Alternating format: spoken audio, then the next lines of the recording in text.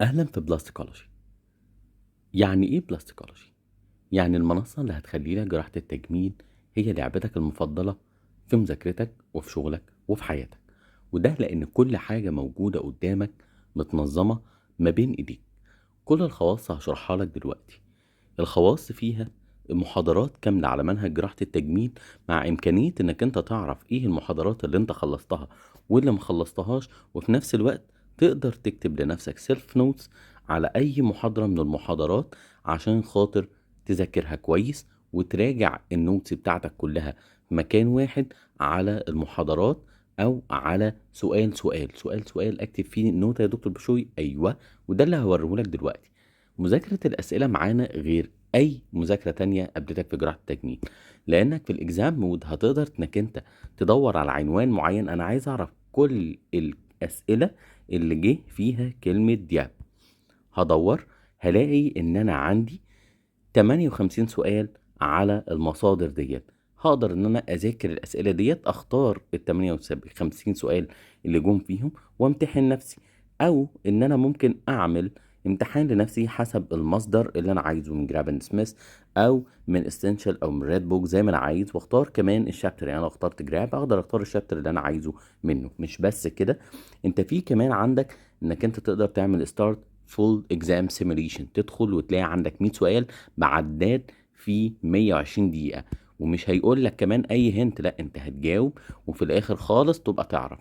في خواص مع كل الاسئله موجوده، وهي النافيجيشن، انك انت تقدر في اي وقت انك انت تعمل نافيجيشن توصل لاي سؤال انت عايزه. تقدر تعمله بوك مارك او تقدر تعمل فلاجنج. ومش بس كده، خاصيه النوتس تقدر تكتبها حتى وانت في الاكزام، لان الهدف هو تدريبك. خلصت امتحانك، طب انا عايز اتابع نفسي، بقدر اتابع نفسي. كل الامتحانات بتاعتك هتلاقيها متسجله في خاصيه اللوج.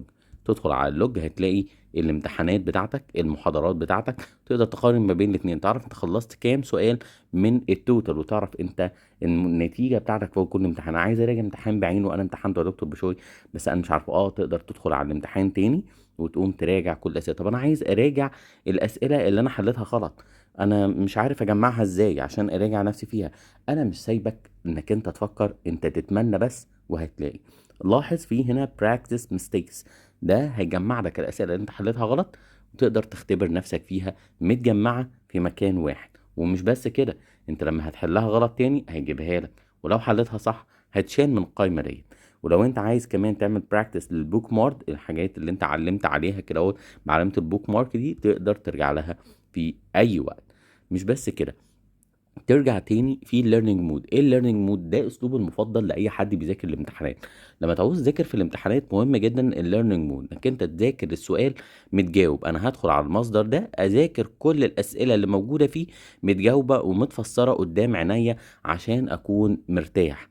او اذاكر بالشابتر، انا عايز شابتر معين زي الاوتولوجاس بريست ريكونستراكشن، ادخل عليه والاقي كل الاسئله بتاعتي موجوده في مكان واحد.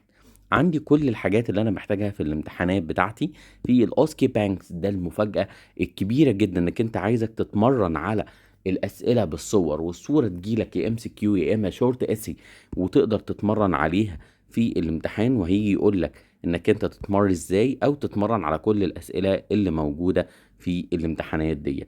في بقى خاصية احنا بننفرد بيها، وهي الاستادي بلانر. الاستادي بلانر دي بتحلل انت حليت قد ايه، سمعت محاضرات قد ايه، وتشوف انت نقاط القوة والضعف بتاعتك ايه، وايه الحاجات اللي المفروض تشتغل عليها بناء على الحاجات بتاعتك. يعني هنا الاريز اللي انت محتاج تشتغل عليها مثلا في الاكونت ده كان الاستاتكس والبيدياتريك بلاستيك سيرجري، الحاجات القوة كانت كذا. طيب ده البلان اللي احنا عاملينه الافتراضي. تقدر تعمل بلان افتراضي وهيمتحنك في الاسئله اللي جت على الشابتر اللي موجود فوق.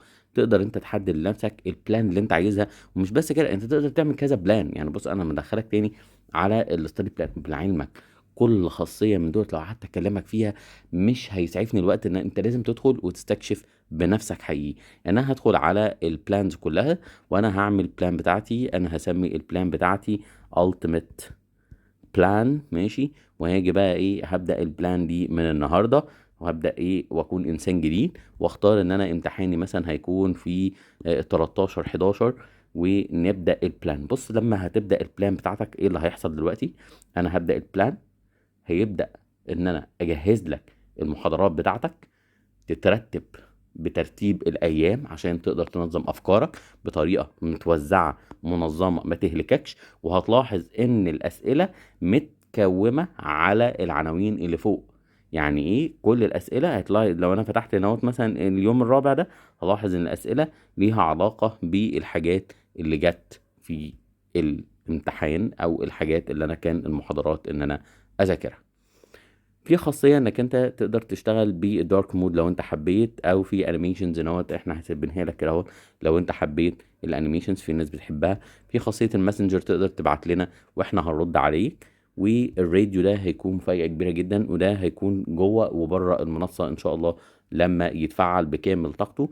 والاناونسمنت اللي فيها بنقدر نشرح لك كل الخواص الجديده اللي احنا بنضيفها لكم باستمرار. انتم حقيقي الوقود اللي بيخلينا ان احنا نطور المنصه دي اول باول. وهتلاقي دايما اول ما تفتح الاناونسمنت موجوده هنا اهوت. وهتلاحظ كمان ان الويلكم فيها 2 بار بيقول لك انت اخر محاضره انت وقفت عندها فين، واخر كويز انت جبت فيه كام وكان اسمه ايه.